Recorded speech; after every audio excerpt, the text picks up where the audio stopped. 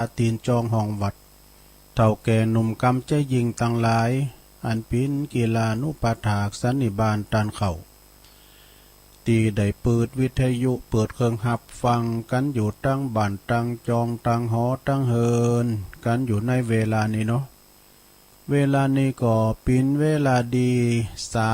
บ่าย3 โมงปลายมาปบมาปะกับรายการสารธรรมยามแลงซึ่งตามปกติก็จะดำเนินรายการโดยท่านพระครูอภิวัฒนวิกรมแต่วันนี้เปิ่นไปปฏิบัติศาสนกิจบ่สามารถที่จะมาจัดรายการได้นะ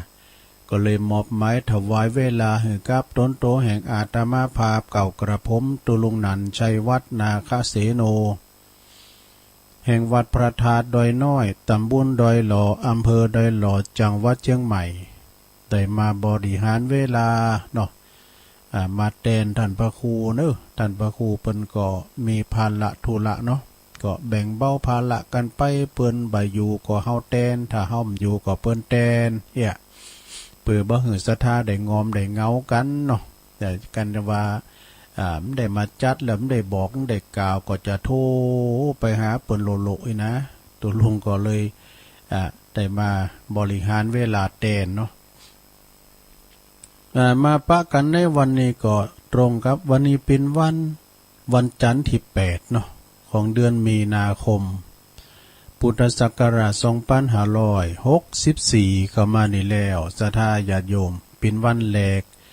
รกของสัปดาห์เนาะวันที่เปิ้นเข้าทำการทำงานที่เปิ้นทำงานตั้งราชการนี่กะพันเนนเขาก็ไปโรงเรียนกันหมดนี่นะศรัทธาญาติโยมโรงเรียนเปิ้นก็เข้าเพราะนั้นวันนี้ก็เป็นวันที่8เป็นวันจันทร์โดยมาปะกันวันนี้กรรมเดียวก่อนที่จะอู่จาปาใสมยังกันไปตุลุงก็จะเไปตั้งวิทยุที่เปิ้นมีบุญต่อโสตประสาทหูเฮาทั้งหลายกันมีเปิ้นเฮาก็ได้ยินนะศรัทธาเนาะขอบคุณทางสถานีวิทยุเปิดการศึกษาพระพุทธศาสนาและวัฒนธรรม FM 104.50 เมกะเฮิรตซ์วัดฝายหินตำบลสุเทพอำเภอเมืองจังหวัดเชียงใหม่โดยเมตตาบารมีธรรมอาจารย์ท่านพระครูสมุวิสุวัตรวรกิจโจท่านอาจารย์ก็เชิมสัญญาณลิงสัญญาณนำเอาเสียงตีได้อูดได้จ้าไปถึงปีน้องศรัทธาต่างบ้านต่างจองแล้วขอบคุณเด้อวิทยุคณะสงฆ์อำเภอฝางโดยเมตตาบารมีธรรมหลวงพ่อพระครูสุจิตานุรักษ์เจ้าคณะอำเภอฝาง FM 100.25 เมกะเฮิรตซ์ตั้งอยู่ณที่วัดพระบาทอุดมนำบ่อสาวาสำนักวิปัสสนาตุปีจำเริญโชติธรรมโมแห่งวัดสันโค้งอำเภอแม่อายนะได้รีโมทลิงก์สัญญาณไปฟังกัน3 อำเภออย่างจุใจฟังชัดเจนเนาะศรัทธาญาติโยมทั้งหลายขอบคุณสถานีบ้านทุ่งเรดิโอ 89.50 เนาะตั้งอยู่ที่บ้านป่าซักตำบลบ้านกลางอำเภอสันป่าตองคุณพ่ออุดมแม่เทียมวันพุทธวงศ์เนอะเปิ้นก็ถวายเวลา1 ชั่วโมงก่อนออกก่อนจะถึง4 โมงก็ต้องขอบคุณตั้งคืนประดมก่อนนะแดนดินมนเสียงธรรมจากแม่แจ่ม106.25 โดยเมตตาบารมีธรรมหลวงพ่อพระครูมงคลวิสิทธิ์หลวงพ่อใหญ่เฮาเจ้าคณะอำเภอแม่แจ่มเจ้าอาวาสวัดบุพารามตำบลช่างเครื่องอำเภอเมืองจังหวัดอำเภอแม่แจ่มโอ้ตัวลุงก็ว่าไปเลย สุมาเด้อตั้งอยู่ที่ตำบลช่างเครื่องอำเภอแม่แจ่มขอบคุณตุปีปลัดอุทัยโดยเนิดถึง2อุทัยน้อยอุทัยใหญ่เปิ้นปินพระเจ้าหน้าที่ลิงเชิมสัญญาณไปพี่น้องตั้งแม่แจ่มฟังกันไปบึดก็โทรมาเนอะแม่ขันเกี่ยวตั้ง3เขาแล้วก็สถานีวิทยุ90.75นี่ก็วิทยุชุมชนคนเหนือเขื่อนตั้งอยู่ที่บ้านดงดำอำเภอฮอดเนอส่งกระแสกระจายเสียงเป็ดต่างพี่น้องต่าง ตังปูนตังดอยเต่าปองก้าอีนะเนาะวิทยุ91.50 เมกะเฮิรตซ์วิทยุชุมชนคนนาน้อยเนาะก็เปิ้นก็ลิงสัญญาณไปปูนเปิ้นอยู่ที่จังหวัดน่านวะเนาะโดยเมตตาบารมีธรรมอาจารย์พระครูท่านพระครูสุจินต์นนทธรรมด็อกเตอร์วัดหนองป่าค่านะก็ฟังกันไปวิทยุ 98.75 คลื่นธรรมะของชุมชนวัดห้วยตองสักตำบลขวงเปาอำเภอจอมทองโดยเมตตาบารมีธรรมอาจารย์พระครูวาปีวรมานิจเจ้าอาวาสท่านชวลิชยวังโสพระผู้เชื่อมสัญญาณเนาะขอบคุณเนอะต่างสถานีวิทยุต่างๆแล้วฟังต่างแอปต่างไลน์ต่าง YouTube ฟังต่างเฟซบุ๊กของวัดไฟหินก็ดีฟังได้ย้อนหลังก็ได้เนาะขอบคุณเนอะทุกสถานีที่เปิดรับฟังวันนี้ก็มาพบมาปะกันสนาญาโยมตุลุงก็ได้มาเตนเปิ้นก่อนน้อมนำเอาพระธรรมมาเทศนาเนาะมรดกธรรมปืนเมืองเด้อวันนี้นะก็ค่อนข้างจะยาวหน่อยแต่คำสอนเปิ้นดีแต่เป็นธรรมตุอุ่ยเนอะ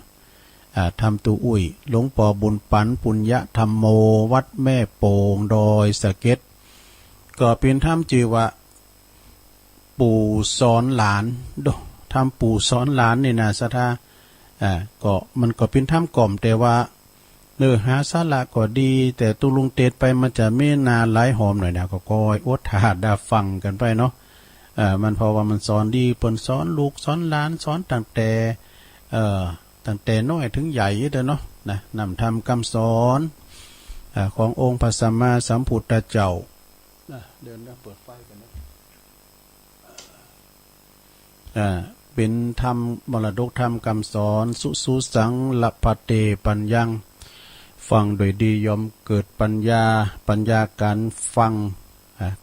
นี่ก็ฟังแล้วความจริงก็คุณเฮานำผู้สูงอายุสูงวัยเนาะแต่อ่อนมันจะไม่ได้ฟังกันแต่ว่าฟังไปแล้วก็เอาไปสั่งลูกสอนหลานก็ได้อยู่นะหลวงเนอะการฟังเนี่ยโอ้เฮาก็ฟังตุลุงก็เป็นนักฟังนะติจบไปแล้วก็ดีฟังกันไหลพอคืนที่ไหนมีธรรมก็ฟังไปเมื่อค่ำยามคืนก็ฟังไปศรัทธาญาติโยม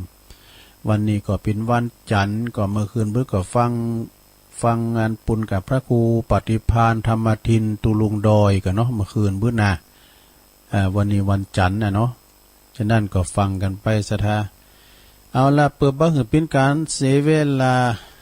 ตัวลุงก็จะน้อมนำเอาพระธรรมมาเทศนาเน้อกอยฟังเปิ้นลงเน้อยาวพอนะความจริงกันนั้นเปิ้นอ่านคองกับยาวตัวลุงมันจะมีนานหลายหอมหน่อยก็ต้องขอสุมาไว้ก่อนเน้อปู่สอนล้านปีจะได้ลองฟังพอนะบัดนี้ นะโมตัสสะภะคะวะโตอะระหะโตสัมมาสัมพุทธัสสะ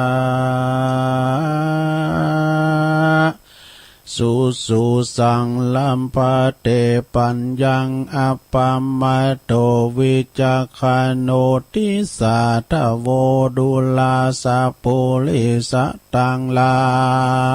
ย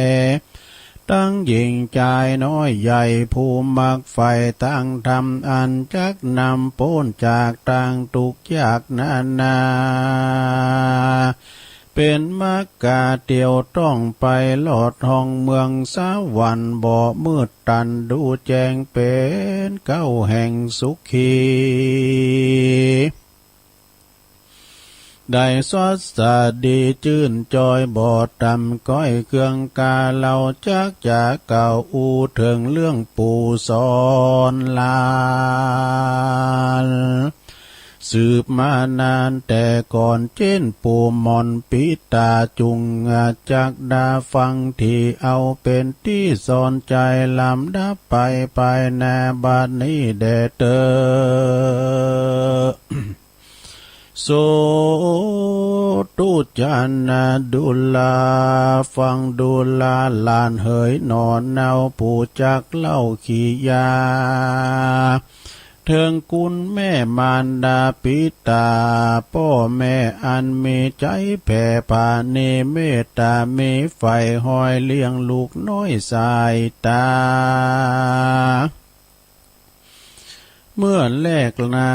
นั้นนาหัวตีแม่จักเมลูกไทยยาตุกงาบ่อไหลนานำกินบ่อลำยุดย่อนกลัวลูกอ่อนในตองได้อาพิต้องอาหารกินเผ็ดกินเค็มหวานสมฝาดแม่บ่ประมาทยามวานละหลายเดือนผ่านล่วงแล้วลูกงานนอแก้วตวงเต้นบ่ว่างเว้นวันยามแม่จักงาเตียวตามมาไตขึ้นเหนือไตไปมาก็กลัวปุตตาลูกน้อยได้ตามก้อยเครื่องขี่ยามเยากันมีก่อนลำบากย้อนว่ามีว่าแม่นั้นหากปามานะบ่เจยบานลำที่หายใจที่เววนทุกทานลนหลายแหล่บ่เว้นแว่คืนวันแหล่นากันเติงยามเดือนเกิดทุกไม่เดือดเป็นไม้เจ็บต้องลายเรือแลเหงื่อละย้อยแผ่กายยาแม่ล่องจ่าโอ้ยกลางน้ำไหลจางกืนฝืดน้ำแม่ตาแม่มืดหายหันในตาแม่มืดบ่หันในเลือดยางไหลบ่ขาดลมสวัดมาแตงลมเบ่งแรงมาตองลูกออกจากท้องแม่มาแม่จักดาลมตายตาแม่ลายมืดเศร้านั่งเติกเต้าอิงฟ้ากะตามกายยาแม่นั้นเปียเปื่อนอันตังตนหายใจวนข้ามแมวสองมือแม่ก็มาแอวว่าสวามหายังพุทธานอนเนาส่วนลูกนั้นเราเกิดเมื่อเกิดก็ร้องน้ำให้เดือดกินนมนะเขาก็พาลมบ่จะเอาลูกลาบุญเมไปคัสสีอาบน้ำจำลาพร่ำกายาเอาพามาห่มห่อห่มตุ่มก้อยหอบวางไว้กลัวลูกไทยเจ็บคิงกลัวลูกติงสะสะตื่นกลัวลูกติงสะดุงสติฟุ้งตกใจพาพื้นได้ลูกเยี่ยวพาอมเตียวเปียปางแม่ก็มาสักยังตากไว้เป็นตุกไหลนานนำล้างเตื้อฝนมาหำสาสาตกบ่ขาดวันยามวานละแม่ก็มาปันปุกย้ายเอาพาไข่ไปตากที่ได้ลำบากหลายป้าการจักกินอาหารหยุดหย่อนกัวลูกน้อยอ่อนลำลองเจ็บมาเป็นเจ็บมาต้องเสียบใส่ลูกร้องไห้เลื่อยามลูกร้องไห้กลางคืนแม่ก็รีบฝืนกอดเอามือสอดความดูกลัวว่าลูกบุญจูขี้เยี่ยวเปียแปดเปื้อนเตียวพื้นดีกลัวมดแดงมาควีตอมไตลิ้นยุงไข่ไปหาหลักพุทธาลูกน้อยตุกจองหอยลายปาการและนาเมื่อลูกบ่ลายคนหัวตีเมื่อลูกบ่อนลายคนหัวเตไผก็บอกกวนควีจากจองเมไดไม้ใจพ่องเป็นโหนกันว่ามีหลายคนนั้นลาว ตุกเตือมเขานานำนาพ่องก่อกินพ่องก่อให้กินป่าออแอพ่องก่อมาจากแม่วันนาวายพ่องก่อมาร้องให้กินนมพ่องก่อหัวเขาปมลูกยากพ่องก่อมาหลากเรือพ่องก่อมาปุ่มหลากตาเหลืองให้นั่นเนืองบ่อขาดขี้มูกหยาดลามไหลซองสายใจพ่อแม่มีใจแผ่คุณนาหายุกยายื่นปอนกลัวลูกสะต้อนเป็นนาลายกันว่ายาบ่หายก็จักลำบากเสียองค์กาหาก32อาลาเป็นของกำเนิดบ่อพาเสดดังคนดีและนาฟังดูลาเจ้าลานเฮยอันว่าพ่อแม่เลี้ยงลูกนะตุกมาผูกลายปาการใดบ่ได้จำสินกินตานสังก่อได้แต่กึดต่อหาบก่อนนะเมื่อคืนนอนก็เป็นควันเมื่อกลางวันก็มาเป็นเปียวใจนึ่งเหลียวคาคอยกลัวลูกน้อยเครื่องกาหลักพุทธาตามหลักพุทธามากเต่ายามจักกินเขานั้นใส่ลูกร้องให้ออแอขี้เยี่ยวแผ่เม็นฟุ้งปลาหยาบยุงเลือใจของกินได้ว่าลำก็แป่งกำเป็นกำแป่งไว้กลัวลูกในกลัวลูกบ่ได้กินอิ่มต้องมาตั้งพายย่องครัวบายยามเมื่อไปซื้อแลกเอามาแจกลูกเต่าใดกันว่าบ่ได้ไขว้กันเสมอกันนั้นเราก็จะนั้นจมสามก็จะนั้นสามจมบ่ว่าบ่มีผ้าห่มหนาวกันว่าเป็นกันปากันสาวตื่นญาติดังผ้าขาดกันไปคนหนึ่งไวจักออกคนหนึ่งจักปอกคืนมาเป็นตังนี้นาหยาบยุงสาลีมาหมอนมา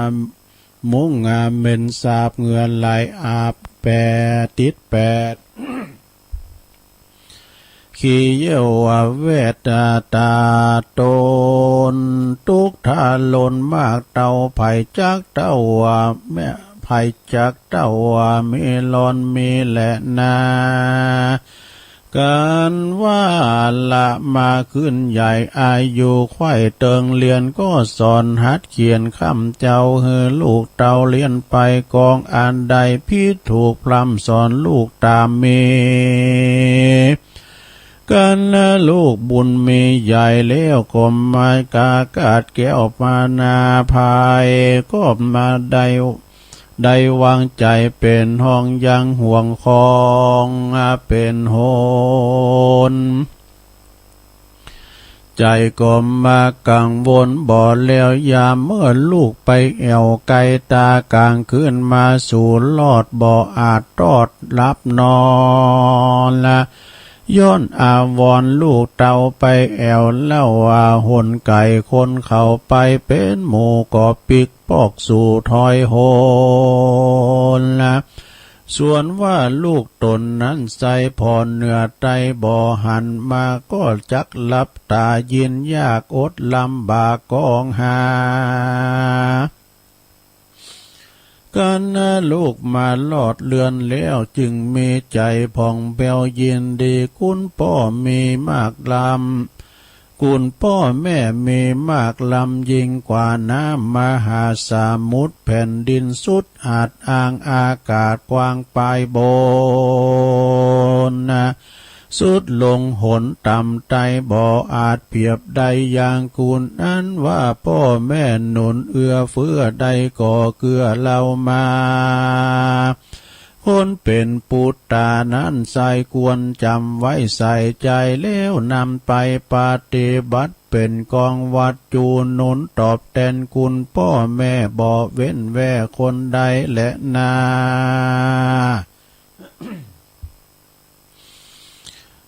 ดังพ่อแม่บางคนนั้นเรามีลูกเต่ายิ่งใจ8-9 คนหมายเลี้ยงใดส่วนว่าลูกไทยสายตาบ่อาจอาสาเผื่อผายแผ่เลี้ยงพ่อแม่ดา2 คนของตนเฮือลูกหลายคนใหญ่มีลูกหลายคนใหญ่น้อยเมียป้อยมีเป่าจอยได้ลูกยิงลูกชายหลายหลากพ่อแม่ยากนานามพ่อแม่ก็มาตุกยากนานนำป้องกอดจากกำดายอเป็นกำป้อเต็งใจกำจากกำใดจักขาถามลาบซาแต่งฟันแต่งยามเมื่อจอมแปงพ่อแม่เปียทีแผ่เบียนควีลูกจุมลูกมีน้อยใหญ่ก็บ่ทำก็บ่มาไกลถามหาเขายังจากเก่าอูหาฮึบได้รู้เป็นหมายว่าลูกตั้งหลายทวนนาบ่ใจว่าเป็นบ่ใจว่าข้าตนเดียวว่าลูกคนอื่นเหลียวพอพ่องบ่มีว่างมีหวังจองเป็นโหนเขาจู้คนตั้งหมู่จ๋าเก่าอูดังนี้ ต่างหลีกลี่ลบหนีบ่ผ่านนี้พ่อแม่อันตุกแก่ทาลนลูกหลายคนดังนี้สายชื่อว่าลูกถอยไล่อากาตันอยู่บ่มีโมตุพายแผ่บ่ตอบแทนคุณพ่อแม่2 ขาและนาแต่สามมาเหตุนั้นเราเป็นลูกเต่าสายใจกวนกะนิ่งในขวาดลูแต่ตอบแทนคุณผู้มีกุณ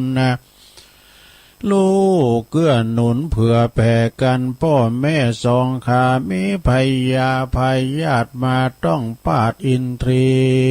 กวนหายาดียื่นตอนเขาน้ำปอนยอเกณโอสาเปลี่ยนคำเจ้าฮือ2 เท่าว่าปันหายเป็นกุลลายเหลือแหลว่าบุญย่อมแผ่รักษาสัพพะพยากอยกาศสัพพะอุบาทก็มาหายนิจำเลินดีมั่งเต่าตุกคำเจ้าเจยบานบ่อยาจะและนาแถมประการหนึ่งลาวานาลานเฮ้ยกินกูจุงฟังปู่สอนปัญญานอนวันขี้ค้านกาตำการบ้านมันเปียนตั้งการเรียนอย่าย่อโอสาต่อเรียนไปจักเป็นปัจจัยเติมตุมใดช่วยไปลุนใดเป็นกุลไปนาคนลุ่มฟ้าโลกีปัญญามเมญาจองหอยบอดตกถอยหาถอยหนเป็นมงคลพาเสดปาเกิดเจยบานอย่าใดเป็นอันดาปานกายอย่าไฟหาบาปใส่ตัวหลงเมามัวถอยไล่แอวเหนือไตเฮหาทาลิสูบยาปิดหลักจักลำบากเมื่อไปลุนและนาแถมประการหนึ่งนาหลานนอนเนาฮือมันลูกเจ้ากระทำการอย่าเป็นคนเอ็นยานขี้คร้านกาตำการบ้านเกหาตาของนาน้อยใหญ่เก็บเมียดไว้ภายมันบ่อสูญการเลี่ยลาด ถวยจนถาดโอให้ของอันใดบ่ใจเก็บมาอย่าเก็บไว้อย่าทมนาต่างวัดท่าเสื้อผ้าเสื้ออย่าหือล้างเรือมักหม่มจุงปาปาจุงผ่าลมซักตากตังหมอปากและโคกเคียงเก็บไว้เลี้ยงเป็นที่ดูงามที่หันใสขี้เต้าไฟมันกวาดน้ำมาสะอาดไว้กินช่วย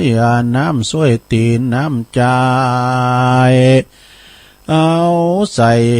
ใจใส่ตั้งวันอย่าได้พันแห่งคอระตอดเต้ารอดควงบานอย่าขี้ขันเล็งดูใบไม้ปูหยาบยุงหาอยากเยื่อฟุ้งหุยให้บ่ดูได้ปังเป่าเก็บกวาดเล่าดูดีเป็นสักสีพาเสดเป็นสีพาเสดป้าเกิดเจยบานแถมปากการนึ่งใส่คนน้อยใหญ่ยิ่งใจจงจำหมายขวาดลูที่บานขวาที่บานที่คุ้มที่บานวางอยู่ป่อเมกวนดีกวนจักดีปลูกไว้ยังตนไม่ดีกินปลูกตามดินขวางบ้านอย่าขี้ขันโอซาคือหอมปอมและกอบหอมบัวตั้งต้นถั่วและงาดำจักไข่นำหอมไฟพริกน้อยใหญ่พริกน้อยตั้งพริกแด่หอยจำลำบะเขือดำบะเขือขาวตั้งบันนาวกล้วยอ้อยตั้งบ่าวหอยแตงลายกะถินยายข้างลัวปลูกไว้ตัวของกินขะเม็นดินกิ่งขาตั้งผักแค่และผักละตั้งกับผักสับปะกวนปลูกสมสุกลูกหลายอันตั้งเผือกมันปลูกไว้ดวงดอกไม้ของหอมเก็บเมียดล้อมมาเป็นมัดเอาไปวัดเหลือใจบ่อหอนได้ไปขอภัยแถมนำไปขายกาดได้เงินบาทคำคาอันจากป่าได้โลสุขโลกไตสงสารได้เจยบานคำเจ้าบ่อโศกเศร้าเครื่องขี้บ่อยาจะแหลนนาแถมปากการนึ่งเล่ากวนจักเขาอาวาสลือไปหานักปราชญ์เบตีกองใดดีกว่ากวนลูขอตันอุสอนปานได้ภายพันพ้นจากต่างตุกยากเครื่องขีมีสินสี่ห้าเซนหลีกเว้นกองอย่าหลีกเว้นกองทำจุงฟังกรรมพ่อแม่กรรมเท่าแก่ตานายศรัทธาลายอย่างเชื่อใดฝ่ายเอื้อกองดีประเพณีแต่ไทยรักษาไว้ตัวตามของอันใดงามสมัยใหม่ อย่ามักไฟจอมมันจักป่าวันเขาตัวเก่ามนเศร้าเสียสีกันบ่มีเงินคำบาทไตแปะเข้ามาไว้ผ่อนเอ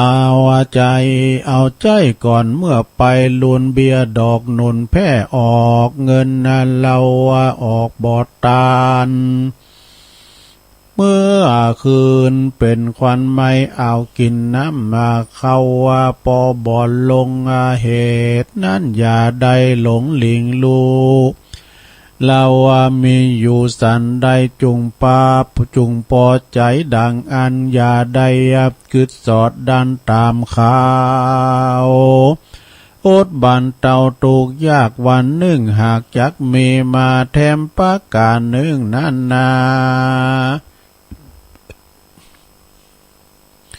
ตวนกวน แหมปากการนึ่งนานนากวนขวาดลู่ตวนนากู้ยิ่งใจอย่าขี่รถไวเหลือลำการนาปีกคว่ำปังปาดก็บ่อมอลันนาดความนาเข้าป่าจะเสียปีย้อนบุญมีช่วยกรรมได้ลวงล้ำภัยมารก็ปีการไปตลอดต่อเต้ารอดยาวาจีวังเป็นทุกขังพ่อแม่ตั้งเต้าแก่เอาอาเหตุนั้นนาอย่าประมาทตั้งเฮาหาดกาลีจุงเว้นหนีบ่เข้าไกลมันเตียวตั้งไตตั้งทำย่อมจักนำพ้นจากตั้งตุกยากอยู่ปาการและนามูลสัทธาต่างหลายมวลหมู่อันนั่งอยู่ฟังธรรมใดดาจำติดต่อจงรู้คุณพ่อปิตาคุณมันดาแม่ไทยมันจัดใจการเรียนขยันเปลี่ยนยายอยังการงานต่อเกหายาลาสาปะมาดยาลาขาเสียสินเป็นอาจินกืดลอดบอลลาต่อต่างธรรมต่างมัวดำกายหยาบอันกลายหยาบนานี้วางลาบ่อเข้าไก่จักป่าหือใดเจยบานสุขสำราญ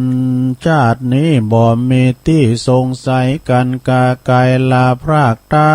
ยเสียจากเมืองโคนนะย่อมเอาตนไปเกิดจันฟ้าเลิศเมืองสวรรค์ลือภัยพันไปลอดเวียงแก้วยอดเนลาปานบ่อยาจะแลนาเนติตังขียาสังวานาวิเศษจาห้องเหตุปู่สอนลานก็บางโกมสมเรสเด็จแล้วเท่านี้ก่อนแล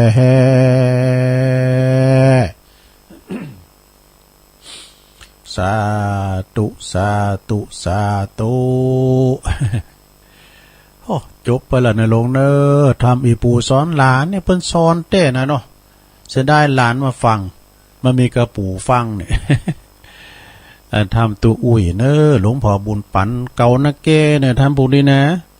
เพิ่นก็เขียนตัวเมืองแต้มมาด้วยเนี่ยหลวงพ่อบุญปันปุญญธรรมโมวัดแม่โป่งดอยสะเก็ดเด้อมาเทศนาศรัทธาญาติโยมทั้งหลายได้ฟังกันเนาะก็ต้องขอบคุณเนอแม่หลวงเขาก็ฟังกันไปนำธรรมคำสอนขององค์สมเด็จพระสัมมาสัมพุทธเจ้าเพิ่นว่ามีนักหลายเนาะสัจธรรมคำสอนของพระพุทธเจ้า84,000พระธรรมขันธ์ดูศรัทธาเนาะคุณเฮานี่ก็บ่ว่าจะปิ้นซ้ายไหนก็ตามซ้ายทุเจ้านี่ก็ไปปิ้นอย่างตำเจ้าเฮาก็ฟังมรดกธรรมหลวงปู่พระครูสังวรศิลาภิลักษ์เปิ้นเตธรรมมรดกธรรมเรื่องงานมหาวิบากกันเนาะ มหาวิบากนี่เปิ้นจะว่าเต คุณที่เปิ้นเจ็บป่วยเมื่อยไข้นะฟังได้ทุกระดับว่าเปิ้นว่านะซะนะฟังได้ตึงคุณปิ้นตึงคุณตายเนาะจะว่าเปิ้นเอาไปทำอันนี้มันทำมรณะรู้นี่นะมึงเอายามหานิคำก็ทำนะกะทำมายังทำมหาวิบากนะมึงเอามาอย่าฮือ ก็เอามาบนเอามาเทศน์สู่ฟังนะกะมึงใครกูตายกะ โอ้ก็เพิ่นบนให้อยู่ดีมีสุขลู่ ทำมหาวิบากนี่มันก็จริงอยู่นะที่เปิ้นมาเทศน์นะเทศน์ในคุณเฒ่ากะเทศน์มันปินเนื้อธรรมมันจะดีหรอเปิ้นเล่าให้ฟังโอ้ปินว่าเศรษฐีนั้นจะเฮือได้ไปอยู่เมืองสวรรค์แล้วเกิดมาได้เป็นมหาเศรษฐีแล้วมันได้กินได้ทานมันได้กินได้ใจเศรษฐีทุกอย่างเพียงว่ามันอานิสงส์มันได้ปากบอกเฮอเปิ้นว่าบอกเฮอเปิ้นมากินมาทานโอ้บัดเดี๋ยวนี้ตุเจ้ามาคุมเข้าอีกอ่ะบอกเฮอเปิ้นมาใส่บาตรหยัดปกแต่ตัวมันขึ้นใส่นี่มีศรัทธานี่เนาะเนี่ยไปบอกอย่างเดียวนะศรัทธาญาติโยมทั้งหลายตุลุงก็บอกแต่เนอวัดใดก็ไป เลยยิ้มรวย ทำบุญไปหวังผลนะลงเนี่ยมันโมนดีนะเนาะการมาบอกบุญแล้วเปิดมาหอมไว้นะโอ้มันก็อย่างจังซ้อซะเนาะมันขืนติ๊กๆน่ะเกินเปิดมาหอมกว่ายิ่งขืนอย่างเปิ้นจังซ้อห้ามติ๊กๆกันเด้อการว่าไปก่อแห้วไว้แนวก่อนนาแกมันก็มีด้วยเนาะสถานเนาะมีครูมีบาเหมือนกันอย่างท่ามดิตุลุงติดนี่ไปนี่มันสอนไปต่างลูกหลานน่ะสถานโอ้อีปู่สอนหลานเบิ่นสอนเรื่องกุลปอกุลแม่ไปดูลงเนาะกุลปอ21กุลแม่12จะไปลืมบุญลืมกุลปอแม่อย่าเมื่อเปิ้นปฏิสนธิเฮาน่ะอยู่ในตองโอ้ใจดิบใจดีลูกมาอยู่ในตองมันจะเกิดมาปิ้นจะฮื้มโหนี่เนาะมันจะเกิดมาคำปอคำแม่มันก็หรือมันจะเกิดมาเป็นคุณดีคุณงามพิรีจองกองหรือว่ามันจะเกิดมาทุพพลภาพหรือว่าจะเป็นเซองกะอย่างใดอย่างหนึ่งก็แม่เปิ่นก็หักไว้ก่อนดูนะหักไว้ก่อนเกิดใหญ่มาแล้วก็เลงดูปูปาดเด่งดูปูปาดยังมาคุณเดียวก่อนพี่ยังเดียวนะกันไล่ก็ไล่คูดมาปดโตปาหุมปืนเดียวจักตื่นไปจักตื่นมาเนี่ยบึกก่ออันลูกคุณนั้นจักปะนึงมาเต็มบักกุบมันหนาวเนาะน้อมก่อนนะแล้วเปิ้นก็ใจใส่ดูแลลูกต่าง6ต่าง7ใจใส่ดูแลพอก้อยจุนใหญ่หน้ากาบ้านนี่เป็นบุญเป็นกุลแต่ผู้มีอุปการะคุณเล่งลูกเล่งเต่าจุนใหญ่จุนโตบางคุณก็สูงหำสูงเฮนเนาะจุนว่าได้จบได้ทำการทำงานดีๆหลังแต่วัตถุหลังแต่ที่วานพ่อแม่จะได้กินแห้งลูกเต่าไปแต่งงมแต่งงานเฮเนาะเขาก็ไปเฮนะปีกะค้าแข้งก็ไปกินแขกแต่งงานอยู่บ้านอื่นเมืองไกลเอาแล้วกรรมนี้แซมพงในถ้ำนะพนวานะลูกต่าง7ต่าง8ก็ไผก็มาผอมากอยละปอละแม่ปากมองต้องแห่งในถ้ำพนว่ามาผอก้อยดูแลสำเด็จก็ไปด่าหย่อปอหาด่าปิ้นหมูปิ้นม้านะตบตีปอแม่ถมไดกำลังสถาบาปนะโธ่มันจะจัดหน้านะมันดัดแต้นจัดเดียวในกันบาปกรรมได้เยอะถึงปอถึงแม่นี่นะสถาเนาะมันจะมาแต้นจัดเนี่ยปนวกรรมติดจรวด มันไต่ขอบบุ่งขอบมุลีนะปนวานะจะไปเย็นบุญคุณของปอของแม่บางคนก็จมสามลูกต่าง7ต่าง8จะแม่หาจะปอหาคูเดียวดูเนี่ยปันขันกามาปิ้นหวางกาเนี่ยได้ก็หาเนี่ย ในธรรมว่านี่เวลาเปิ้นเจ็บป่วยเมื่อยไข้ก็ไม่ไปผอก้อยดูแล ฉะนั้นก็ไผติมีปอมีแม่มีลูกเต่าเหล่าล้านเล้นหลายนะไปอยู่ไปใจไปผอไปกอยนะมีเข่ามีของมีเงินมีทองก็เอาไปหือเปิ้นพองนะเปิ้นมีหัวต้องเอาหือไว้หั่นน่ะเนาะเป็นการตอบแทนเปิ้นว่าถ้าเปิ้นตายแต่ก่อนเลี้ยงโดยกายในตุลุงถึงว่าเป็นประจำนะเลี้ยงโดยกายถ้าเปิ้นตายก่อนเลี้ยงโดยวิญญาณก็มันต้านขันเข่าขันน้ำไปหือเปิ้นพอรู้หน้ากะเลิงเบิงนั้นน่ะไฮโซนหมู่นั้นน่ะปุตโตปิ้นของอีปออีแม่ทั้งนั้นเนี่ยสมบัติพระสถานเนี่ยเนาะเฮามาซุบมือเปิบนี้เนี่ยเปิ้นกึดเปิ้นสร้างมานี่บางพองปอแม่มตายกินขวางบุขวางบะเวลาปอแม่ตายละปิ้นหอยน้อยจาอันใดก็ขึ้นก็ขายปิ้นทั้งเปิ้นไปหมดนี่นะขายของผักกุลขายของปอของแม่นี่บางพองก็อนุรักษ์รักษาไว้อันนี้สมบัติอีปอยแม่สิ้นสุดท้ายเปิ้นเอาไว้ทำมาหากินพื้นแผ่นดินสิ้นสุดท้ายเปิ้นปลูกลำไยว่าดอกปีนี้ได้30,000ปีนี้ได้300,000อย่างนี้นะเนาะการขายแล้วก็เล่งเจ้าเตี้ยเนาะแต่ตาลหือปอหือแม่เฮเนี่ยเจ้าตี้ให้เจ้าตี้โซนไปก็ดีดูซะนะจะไปลืมนะของหันโตเนี่ยเปิ้นว่านะใจใส่ดูแลหือเปิ้นดีๆเปิ้นกายไปกันมาเนี่ยว่าอันมีโซน3-4โซนแล้วเขากินเล่งกันนี่กะลำไยกับลังซุกนี่เนาะแล้วก็มันลำไยแปลงปีนานเนี่ยเขากินเหล่ากันนั่นละไอขี้เหล่ากันคุณนะวะ เดือดอยู่หันคืนหงว่ะแล้วก็อัน2-3โซนนี่เปิ้นลักจอนไปหมดว่าอันให้ไอ้ขี้เหล้ายุบมันนี่ไผเมื่อไก่เมื่อว่าเจ้ามันเฝ้า ได้ดีตอนเนี่ยได้มาใส่นี่แล้วมันกินแล้วมันก็อย่างว่านะกะมันปิ้นเลือดนกกะแก่กายวันนึงครั้งกันได้ดีตอนเนี่ยกะไฮ2ไฮ3ไฮเนี่ยปุถเปิ้นโล่นต่อยไปว่ะโอ้เดี๋ยวมันดีนะนี่ขี้เหล้าเนี่ยดีนะอย่างวันนั้นเปิ้นว่าน่ะไปเตะทำมันวันนั้นบ่โตขี้เหล้าฟังอัน10คูณน่ะเปิ้นเตะได้สักกึ่งสักกลางเขาเก็บกันคูณ10คูณ10มาหอมนี่บ่10คูณก็ปัดไป100แล้วไวหมดอ่ะธรรมะธรรมโมหูหมดอ่ะเนาะ แล้วมันตอนรับดีเนอะการกินเหล้านะบ่ต้องอูโมนนะกินเหล้านะบ่ต้องสำพองในการกินแล้วมันใจดีหรอกเนาะแล้วเข้าถึงเด้อไปถึงกลางหมูเนี่ยโจกเลยโจกหยังโจกใส่ตามใบสาวหอมการเตดตัวลุง ก็เดี๋ยวหมูนั้นก็หอมก็โลโลนี้เนี่ยสระญาโยมทั้งหลายเนอะจะไม่ลืมเด้อคุณปอคุณแม่นะในธรรมเนี่ยบอกว่าอีปู่สอนหลานเปิ้นลำเปิงถึงคุณปอคุณแม่กุนที่เปิ้นได้เล่งดูปูปาเฮาเปิ้นมีอินทรีย์ชีวิตก็พอก้อยดูแลเปิ้นดีๆเนอะเนาะพระเจ้าคินเฮาเปิ้นว่าพรมเป็นพระพรมของลูกพรมสีหน้าแล้วก็เป็นพระอรหันตาของลูกเนี่ยเป็นคุณที่ว่ามีคุณอุปการแก่ลูกพระพุทธเจ้าได้ตรัสไว้ว่านิมิตตังสาธุรูปันนังกตัญญูกตเวทิตาความกตัญญูกตเวทีเป็นนิมิตหมายของความเป็นคุณดีเนอะพระเจ้าว่ากับคุณปอคุณแม่นะไผเล่งก็ฮู้คุณฮู้บุญเตอพ่อแม่เล่งลูกไม่ได้เล่งสักคำอาศัยต้องมาเกิดก็มีนะเนาะเกิดปุ๊บนะแม่ก็มาฝากไว้ตีแม่ทำกรรมเนี่ยเล่งสูแล้วมาเล่งลูกสูแถมนะใหญ่กับยายใหญ่กับตาก็มีนะเนาะ เพราะนั้นแม่ลงนี่เนาะอันนี้แม่เต้เขาไม่ไหนบุกก็ไปทำงานบุกอะเนี่ยเดี๋ยวมาอยู่มาใจก็มาใจพ้องด้วยใจลูกใจเต่าพ้องนะอันนั้นก็ศรัทธาญาติโยมเนาะ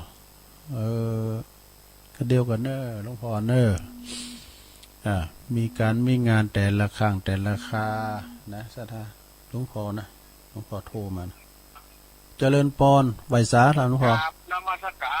รท่านเจ้าอย่างไฟไหม้พระธาตุคำแก้วสุมาเถอะไหว้ที่ไหนก็ไม่ทันไปกันอย่างดับไปแล้วหรอดับไปละใหม่ตั้งหลังนี่นี่ไม่ไปไม่เนาะใหม่ไปใหม่นะครับได้ฟังตีตั้งแต่เก้าเพราะว่าสถานที่ไปตานลุงวันนั้นออกมาจากต้องให้เงินตำแหน่งครูลำดวนเขาเปิดขึ้นมาตานล่วงหน้านี่แล้วก็พูดเขาก็เปิดวิทยุพอได้มันกวนกันเนาะแล้วไปถือโอกาสตอนที่ลุงเปิดสายเนี่ยครับโทรออกวิทยุแล้วผมมาอยู่หลังเฮ้คือแม่ครูลำดวนเขาได้ยินคือแม่อำนวยยอดคำฟ้าได้ยินคือแม่ถนอมไทยันโตได้ยินเสียงตุลุงปานยองตัวแล้วก็ได้ยินเสียงตุลุงมานี่ตัวเองอะแต่ที่ไปขาวดำไปปะใส่กาดโยมที่เพิ่นอยู่ห้วยไซละปูน่ะลุงเพิ่นเป็นยองอ่ะครับโอ้วันเนี้ยกาตุลุงมาได้จิ้วก่อนจนตุลุงยองเท่าว่ากันตลอดหรอกไม่อยู่ไหนอยู่ห้วยไซหรอกูยองเหี้ยไอ้หนอมันม่วนนี้สิน่ะก็ลืมถามชื่อเพิ่นไปเป็น5ไปพวกเพิ่นป้ากับบุญละแกเดี๋ยวอย่าตั้งใจฟังเทศน์ให้น้อยเพราะตอนเข้าหมดเพิ่นทั้งอู้กันนี่เพิ่นเหมือนเด้อลมใจกันได้จ้ะมันม่วนถ้าว่าก็อู้กันม่วนเฮาก็อู้กันม่วนนะกะขอบคุณทุกลุงที่รับสายนะครับสวัสดีครับไว้สาครับไว้สาหลวงพ่อมานิดจ้ะก่อนโหลดเปิดสายส่งแหลกให้หน่อยเนาะเปิดสายส่งแหลกหลวงพ่อเปิ้นมาปิ้นเก้าละเนาะหลวงพ่อมานิดถาวโรสำนักทรงหอมบุญ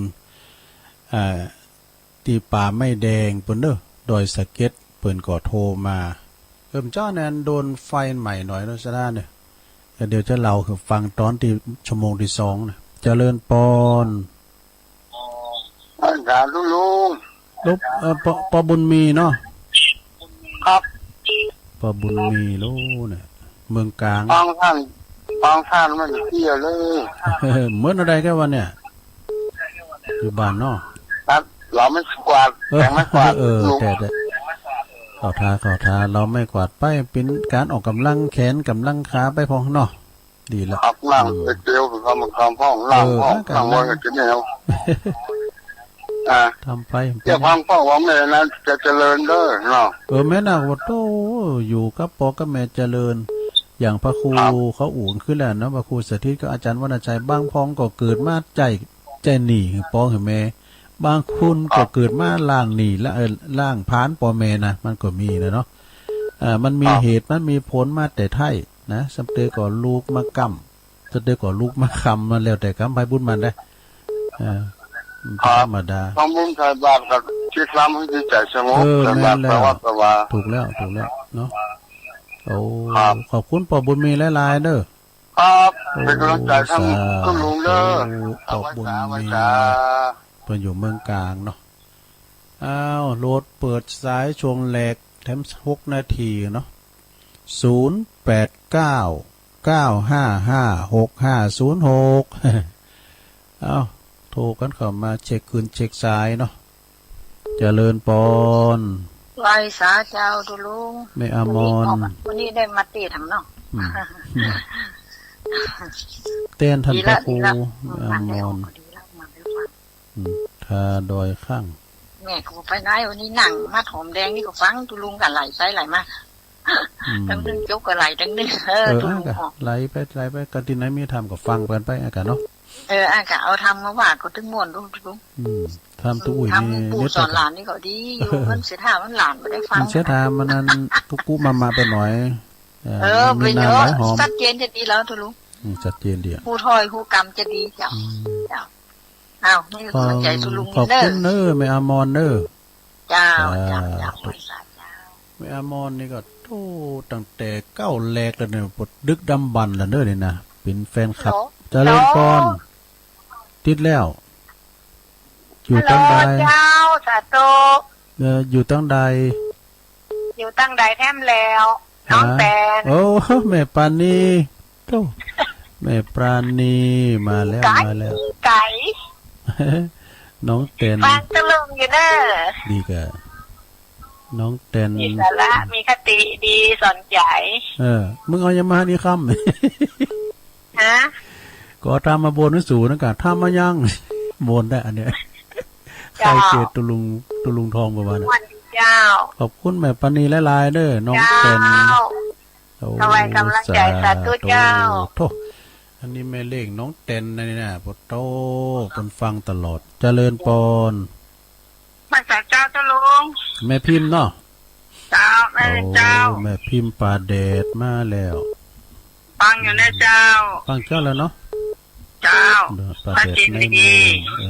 ฟังไฟหินน่ะเนาะเจ้าเดี๋ยวโอ้ขอบคุณแม่พิมพ์ในไลน์เนอะเจ้าไว้สาธุโทรก็เข้ามาด้วยเนาะ0899556506เจริญปอนแกไว้สาเจ้าตุลุงแม่สีทอนเนาะ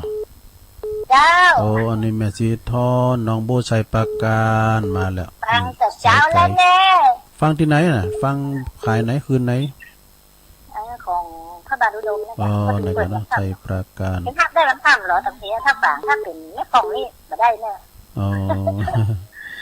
น้องบัวชัดเจนดีเนาะขอบคุณหลายๆเนอะบุญรักษา